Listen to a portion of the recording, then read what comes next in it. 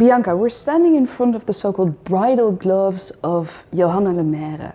Can you describe them to us as we're looking at them? Well, you're looking at a pair of ladies' kid gloves with embellished, embroidered cuffs with gold and silver and silk embroidery and with seed pearls. And the embroidery on the cuffs has a theme really referring to marriage and married life.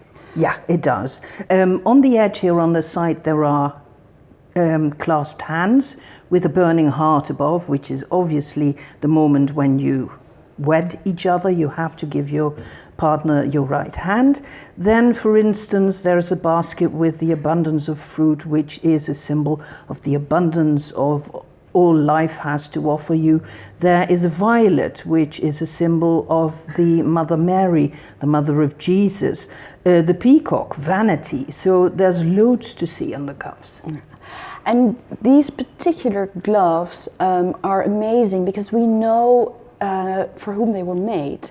And we know that because portraits exist. Yeah, they used to be together, the portraits and the gloves, until 1978 when... And the portraits are marital portraits made around the time of the marriage of Johanna Lemaire to Pieter van Zon, and they were married in 1622 in the Nieuwe Kerk on Dam Square.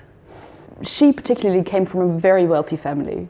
Her father was one of the co-founders of the Dutch East India Company, and she married Pieter van Zon, who came from the south of the Netherlands and of whom unfortunately we don't know that much. And having the portraits and the gloves together is in fact very important both for the history of costume and of portraiture.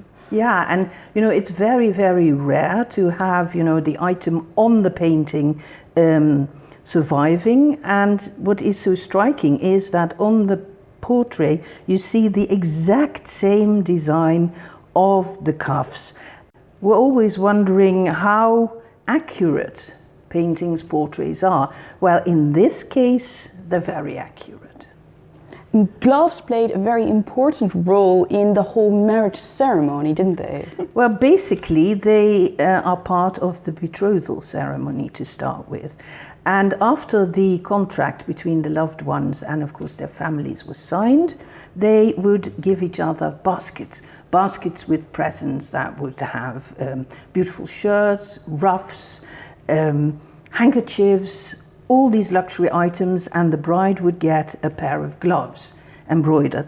In the evening there was to be a reception at the house of the bride, and these baskets would be displayed.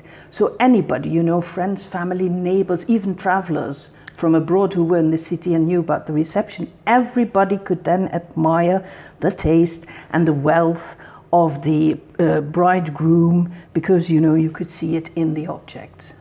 So they were conspicuous consumption to the max. Absolutely. And the craftsmanship itself is also incredible. Well, they didn't have, like nowadays, we've got all these lights surrounding us. They only had natural light, which meant that, they had a limited number of hours during the day that they could work.